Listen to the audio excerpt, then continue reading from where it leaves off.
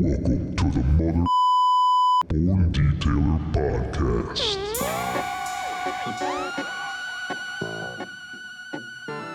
Yes, Jamie Gonzalez. What's up? I'm Shad Stoker.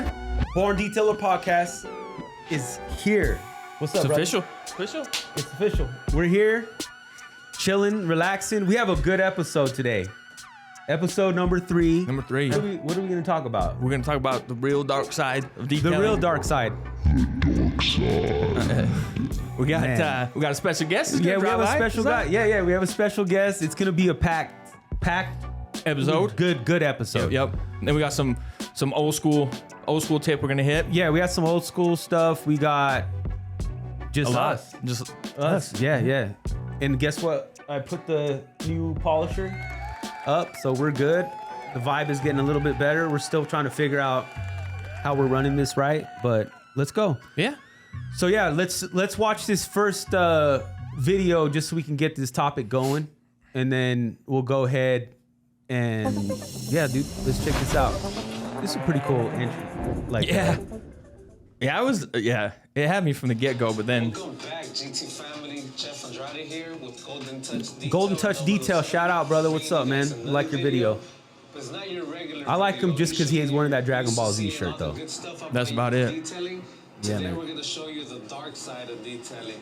We're really gonna have to go perfect sell for this one. Dang. So while I'm wearing this shirt, it's gonna So be when you a see this and you hear that, the dark crazy side of day. detailing, what does that bring? Like, what are you thinking? Like, what?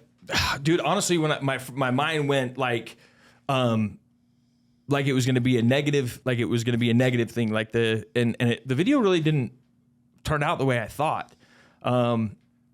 It was really about like honestly how he wasn't setting himself up for success, to be totally honest with you. Yeah. Like that dark side he created by himself. Like it's not the dark side of detailing, it's the dark side of the processes and procedures that he set up for himself. Cause he just, man, there was a lot. Did you watch it all the way through? Yeah, I did watch it all through. I've been watching a lot of, at this time, I've had a few buddies, different guys call and asking like, man, are you slow? Are you slow? Like, what's up? And that's why I showed the video, Yeah. because I was like, man, it's like, is this what, to me, I don't know. I guess, was it a bad detail? So or? the premise of the video, I guess, was like the dark side is that like you don't have enough time. You don't have enough time and you're not making enough money. But like essentially you don't have the time to do the proper detail and get paid the proper amount. But it was all created from like him underpricing himself, him and I mean, I appreciate the hustle, I appreciate the effort, but the reality is he just did not set himself up for success right from the get-go. Like he underpriced himself. And that's the shitty part about that is we all do that. Like where he was at, I was at. Yeah, and unfortunately, I think too many people enter into this industry and do that. They try and price themselves into business. They try and say, "Oh, I'm going to be inexpensive, and that's how I'm going to get business." But that's the wrong. If you're trying to make a quick buck, all right. I mean, that's a way to put a couple of dollars in your pocket. But if you're looking for long-term success, it's a terrible formula. Do you think? I think a lot of detailers, because it sounds good. Like, so say he's takes him an hour to do this, which I know it took him $65 an hour. That sounds really good. But for me, I always calculate my whole day, like an 8-hour day. If you have a guy, you calculate 8-hour day. I have to charge the 45 minutes. So say 30 minutes to get to the job. You got a 15-minute chopping it up with the customer, getting things out. Then you have an hour and a half, 2 hours doing the job. Then you also have another 15 minutes to 20 minutes going over the vehicle, making sure everything's good, making sure it's right. So even if you're doing 2 hours on the job, you got to charge for, 4 hours for the job. You know what I mean? So I look at it completely different. And I think I looked at it the way he's looking at it, and bro, like, I'm not hating this video. The dude's grinding, bro. We all start like that. And it's kind of dope if you look at it that he's catching this now. You got to catch it early and realize, look, I am worth more than that. So, but here's the problem that I had with the video is I absolutely agree with you. But he said this customer has been with him for 3 years, which means he's been doing this for 3 years at the same price. I mean, you got to level up at some point, right? But not just that, but like $65 an hour. I mean, that's if you're putting an hour of work, but that so many people don't think about that. They they look at that, $65 per hour, that's good money. But they don't take into account all those little things that you said. It's actually at a minimum a 2-hour job, right? Yeah, if you have even off this is like I have a salesperson here. So my salesperson, when he picks up the phone and he sells the job, he needs to get paid. So you got to look at it as I didn't think big when I was first starting. I was limited, I didn't think of like, yo, this is what we can do. Like you can do. Sometimes you got to cut them loose. Like you got, if people if they're not gonna respect what you're doing, and understand that, like, bro, like they know what minimum wage is, Right. Like they know what it takes. It's like almost slapping in the face. Like, bro, you're gonna have me out here for 2 hours knowing I'm a business, and you're not even gonna, like, it just. You're so right. But the reality is, like the customer didn't have him out there for that. He's the one that chose to take on that job at that price, right? Yeah. But also like one thing about this that was like the price itself. How would you approach with add-ons though? So like, how could he? Because this customer obviously only wants certain things. You know what I mean? Like, how could we help it? Like, how could we help this dude out without trying to keep this customer and get more money? Customer education, first of all, like setting that standard. Like if that was a customer that had been with him for 3 years and they didn't know that wasn't the standard $65 detail. Because when we got there, he was like, yeah, I should normally charge $150 or whatever for this. He has not done a proper job educating his customer on these are my guidelines, yes, right? But you said something I want to touch on is you didn't get into this industry with huge hopes, right? Like, do you feel like most detailers get into this industry with a real understanding of the potential? I still don't think most detailers that have been in this game for 10 years really understand the potential. No, I don't think so at all. If you do things right, man, like you can make a serious and good living in the detailing industry from many angles. It's just getting better. Like I said, every year, like things elevate, people elevate. It's like this guy, like he has a dope setup. Yeah, by having that van, obviously he cares what he's doing. Like, bro, like I've seen locally, just in my area, or I was just in Vegas, like he has a dope setup. Like they need to respect game or get into the next thing. I believe in this dude. Yeah. I mean, that's the problem is I think he needs to believe in himself. I think that's the fault of a lot of guys, a lot of people in general is they don't believe in themselves. It's interesting. So I heard this thing, I've heard it a few times, but the internal thermostat, right? You know what a thermostat is? Yeah, of course. So if you set the thermostat to 65, it will never go above that or below that, depending on where you set it, right? Well, you have an internal thermostat that if you mentally believe I'm only a $50,000 guy or a $65 an hour guy, if you believe that, that's all, no matter what, that's all you'll ever make. You will never, ever make more than that because you've internally set that thermostat. So you have to really stretch your beliefs. You have to find ways to like really understand why you're worth more than that and find ways to reinforce that. But you have to find ways to keep bumping that internal thermostat up that, no, I'm worth $75. I'm worth $85. I'm worth this. And I mean, dude, I never thought like what I have now would be possible. But as soon as I'm the same way too. So I think even bumping up your prices, it's like, you have to have that discussion with someone. It's like, dude, just be like, yeah, when you show up, it's like, oh, well, it's going to be awkward, but just, bro, it is what it is. So, and I think a lot of guys really, really mess this up as well, is they think it's going to be awkward, so they don't have that conversation. Yeah. And instead of having that conversation, they take the beating. They do the work and they lose money on the job. Not realizing that most times if you have that conversation with the customer, if you give the customer the option, like if you would show up and been like, hey man, this is not a $65 detail. So this is what I can do. I can give you an hour worth of my best work for $65, but it's not going to be probably what you're expecting. Or I can give you the time that it deserves, but it's going to be $150. Here's the deal. The customer says, no, do the hour 65. If they come out and it's not perfect, they're going to say, oh, that's good because they chose that. Yeah. But if you don't, I still mess up on that, right? Yeah. Now, we doing that. It's like, obviously detailing is like, no one really knows. Like you can dial in and we have things pretty dialed in, but you don't really know how long something's going to take. For sure. But if something's a $65 detail, an hour or 3 hours, right? But if you give the customer that option and if they want the max, then they'll pay the money. If they don't want the max, but you give them the option, they're going to be happy with the work that you do at the $65, especially if you have a rapport, a 3-year rapport. If you say, man, this is the best I could give you for $65, they're going to be like, cool, I trust you. That's good work. And you don't lose out on money. But if you don't have, I mean, people do it with paint correction all the time, right? They sell a level 1 and it's not a level 1, it's a level 3. It's going to take a lot. But instead of having that conversation with the customer, they do the 8 hours of paint correction for, $600, $700, $800 instead of just saying, hey, Mr. Customer, you wanted a level 1, but at a level 1, you're going to get 50% defect removal. If you want the max, if you want level 3, it's going to be 80 plus, but it's going to be this amount. Give the customer the option and then let them choose. Just like pet hair is another one guys really screw this up on. Oh, man. Is they don't do an add-on. They get there and there's hair everywhere. And instead of saying, hey, the package you bought includes pet hair, but this is excessive. So I can do the normal amount of work and get most of the pet hair. But if you want it all, it's going to be an upcharge. Customer's going to say yay or nay, and either way they're going to come out and be like, I was wrong. I chose the wrong thing. The customer's not going to make themselves wrong. They're going to say, oh man, this looks good. I'm happy with this. If you give them the option, but if you don't have that conversation, all you're doing is kicking yourself in the dick. You're cutting your own throat. Yeah, and I think the longer you do it, the more, the more those things are going to be easier for you. Yeah, like, man, it's like, man, I'm not doing that, bro. Like, what you want?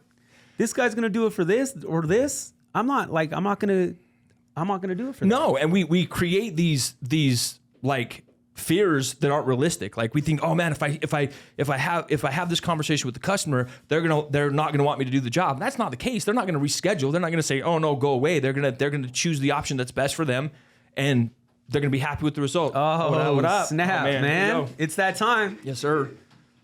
What do we got today? Yes. Thank you. Which is which? I got the little guy.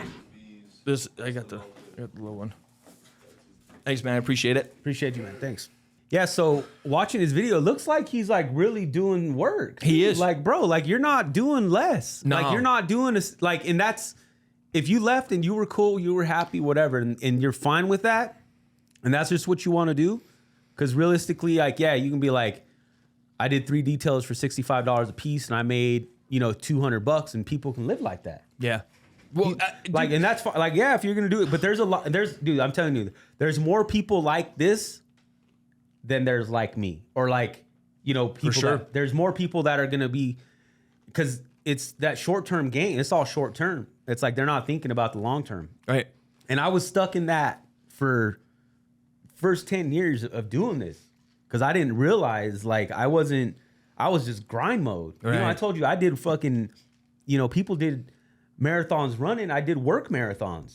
It was, dude, tell me again. I can't remember, but I know it was something absurd. Tell me, you had a stretch where you worked like, I probably 27 hours a day for like 4 months straight or something like that. No, I'm just saying I worked every day probably for like 90 days. I don't know what it is amount, but I'm just saying I worked, and I'm telling you, like, even if it was only 3-4 hours on a Sunday, or if it was 8 hours, like I didn't change my days. Like, so say if I work from 7 to 7, and I didn't do that. It was like 7 to 9, 7 to 9, 7 to 9, 5 days. Saturday, another 6-7 hours, and then probably 3-4 doing paperwork on Sunday, and then doing it consistently, like marathon. Like, Bro, it was way more than that, because we sat down. It was when we were going to SDC 2 years ago. You actually like went through the time frame, and it was like more like 4.5, 5 months where you worked 7 days a week. Yeah, and like I said, it's crazy, and I said it, but multiple times, it's like you can do that. You could do it. You got it, because you're a hard ass worker and you're killing it. You can do it, but you're not. You're killing yourself. Yeah, I'll tell you one thing I like about this kid is he does have hustle. He puts a lot of effort into it. Man, but like if people, so I just say check your sources. Make sure that the people that you're watching online. Man, too bad you guys have a Budco distributor here right now. I'm because bro, like we could you need to get a coach. Yeah, for sure. He doesn't need a coach on talking. Like, this dude got it. No, yeah. Like there's ways, but I hate to hate. This dude's gonna get it, bro. Like, he's got potential for sure. The full interior, $150, which, yeah, that's cool. That's a good price. That was the 3-hour detail though, bro. 3-hour detail. $100, $50 an hour. And he's looking at it as an employee. He's looking at $50 an hour is really good money. But it's not $50 an hour because that's 3 hours plus an hour drive time and all the stuff you set up. So you said, so actually he's making $35 an hour minus his expenses. Gas. Bro, he's $25 an hour. Does it make sense for him to keep grinding? I mean, if he loves what he does, do it. But does it make sense to go get a job at that point? That's what I'm saying. Like, if you're going to do this as a business, do it right. But do detailers get into the game because they just have an authority problem? Yeah. Most entrepreneurs are like that. And it's a low barrier to entry. Like you can so start. it's like, yeah, like you're doing this because you probably, versus really wanting to create something. Yeah, for sure. Love cars and you want to make them clean. Like, is that more of an ego? You're shining your ego versus shining the wallet? Yeah. For sure. Oh yeah. And I mean, he's using the YouTube as a side hustle. So he's kind of trying to build that up as well. So again, I don't want to knock the hustle. I think it's admirable what he's doing. I just think if you're going to do it, spend some time on some good equipment, spend some time on educating yourself and learning how, because honestly, bro, he probably could have done that same level of work in 70% of the same time if he had some better processes and procedures. You know what I mean? Like, don't focus on, I don't know, perfect your business first. But anyways, this is the dark side, bro. That was dark for me. Yeah. Like, bro, I almost got some chills. You know what I mean? Yeah, for sure. The dark side, that's the real dark side. Is that the real dark side? Hey guys, Nick from DIY Detail here. These guys, they're talking about the dark side of detailing. I'm talking about the dark side of our decontamination towel. So Jamie and Chad said I could do, or they kind of asked me to do a kind of a quick tip for DIYers. Get yourself one of these clay towels. This is our perforated synthetic decontamination towel. They're just great on windshields. Even if you don't plan on a decon of your vehicle, after you've used your rinseless wash, so I could use my sponge in my bucket here, just on the windshield, just a quick shaving of bug guts. It's an amazing way to keep up on your windshield. It's also a super easy way for a decon. No pressure, lots of lubrication. DIYer or pros, you could all use a towel like this. It's a lot less work than the clay bar. Hey, there's times the clay bar is great. It's gonna mar up the paint usually.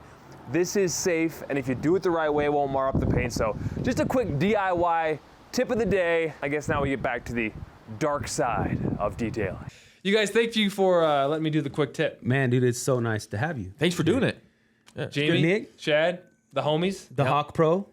Known you guys for a while, really good friends. Appreciate you letting me come on and chop it up. Yeah, so it's been cool, but the main reason we wanted to have you on here, obviously, because you're dope. We want to have you out. But this is the YouTuber of YouTubers back in the day that I felt like he was at the top of the game, right? We're talking about the dark side of detailing. The dark side of detailing, but this is now I felt like when I was watching YouTube, this is the detailer. It's like Jimbo Bailey, back in the inner circle, all that stuff. He's Darren OG. from Auto Fetish. Darren, yep. So this is the guy. And what happened to him? Have you heard of Darren from Auto Fetish? Yeah. He does a lot of like business. He talks a lot about the business side of detailing, I feel like. Or at least towards the end he started to. But I haven't seen anything from him in a while. Well, it's like, if you've been around long enough, like this cat's like the kid you just showed, there's no way he knows who Darren is. No, he doesn't. Right? These are Guarantee so he many knows who young Ammo is. generations of detailers always coming up. They don't know about the OGs. And Darren's like, I think he made a name for himself on like emblem removal. Yeah, he did. Honestly, bro, he did everything. Like a lot of McGuire's, I think at like, the end of it, he started doing emblem removal because he was all about making money, and he was making a lot of money doing those emblem removals. So is that what happened? Is he hit the bag and then ski? That's why, because I haven't seen anything in like a year. Well, maybe he's a smart guy, so maybe that's what it was. He probably got a bag and. Did you just look at his page? He has 100,000, 106,000 followers or something like that. What did he? But you were saying he hasn't made a video in like a year. Yeah, it's been a year. Yeah, it's been a year. So this is the last video. Maybe we should just play it and then we can check. Yeah, play it. Okay, cool. The biggest problem in society, which is conformity. Dude, watching this was the guy. I don't know what happened, man. I think maybe he got burnt out because it's a real thing. Yeah. YouTube burnout is a real thing for sure. Maybe he had to get a real job, bro, because detailing isn't a real job? Is that the dark side of detailing? No, maybe he was killing it. Maybe he was because he was an original YouTuber, so he was probably getting a lot of money with having 100,000 subscribers back then. He probably was making a lot, bro. Like whatever, bet more than people are probably making now. Well, like 2 bro. years ago, he was in the 90s. So that tells you that he hasn't grown a lot. And I'm not hating at all. Like, Darren, if you're listening, like, let's get you on this podcast, Yeah, let's come right? in, Like, yeah. we love Shoot you. up a We miss flare. you, man. Like, Yeah, you're still alive. we just, bro, want, like, we just wonder where you went. That's the question. Yeah, because dude, that was one of the dudes I used to watch all the time. I used to watch him all the time. So. One thing I think happened with him is he got on with his brand like CSI.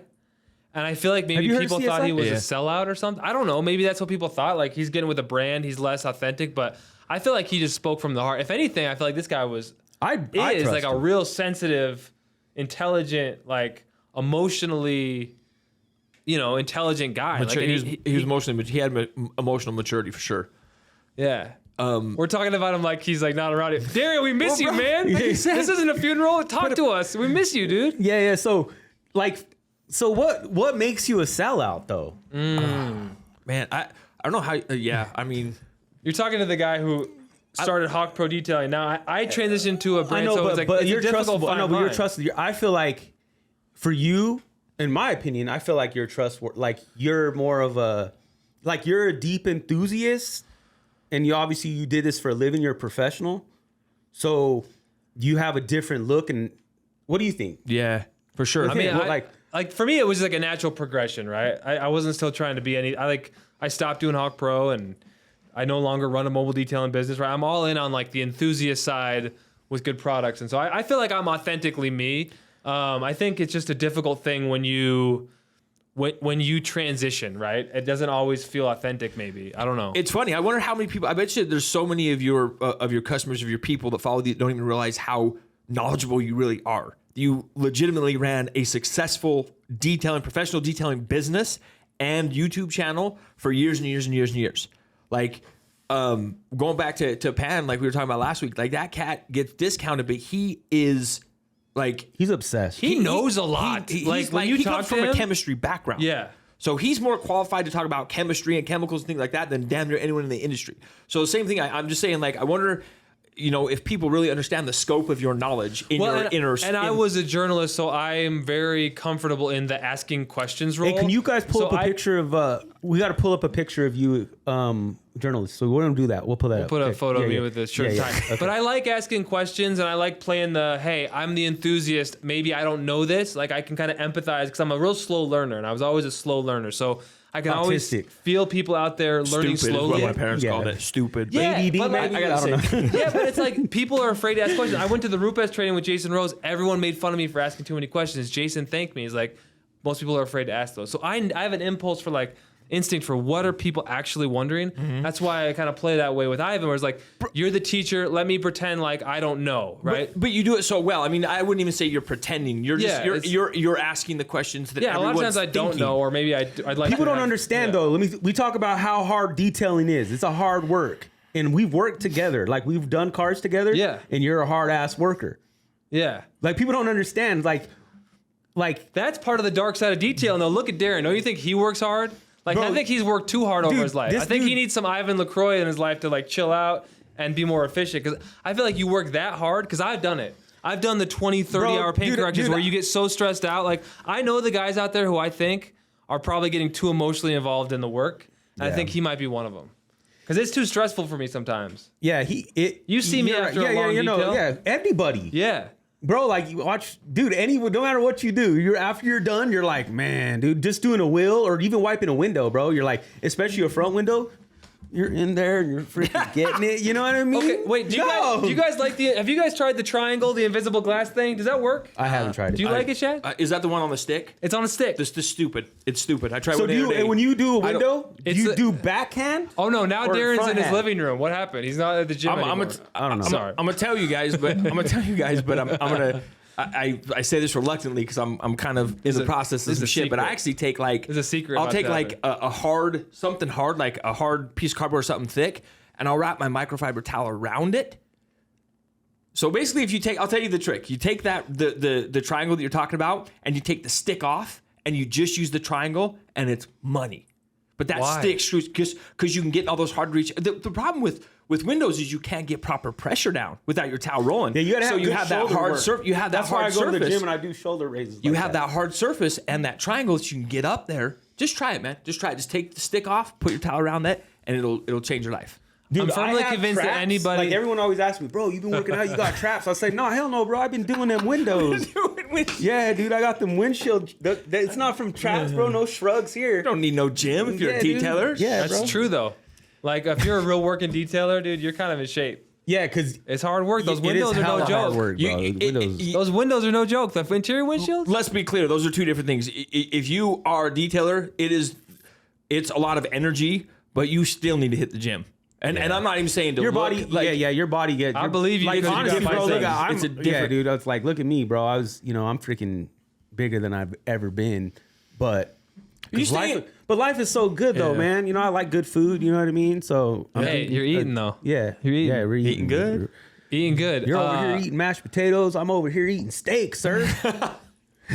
So Shad, if you strike me as like a carnivore guy, are you a carnivore guy? What do you eat? How do you get there? How can we look like this, folks? How can we look like this? That's a Man. lot of work. It's not a lot of work. I don't go to the gym for 2 hours a day. I go 45 minutes, but I go 4 to 5 days a week.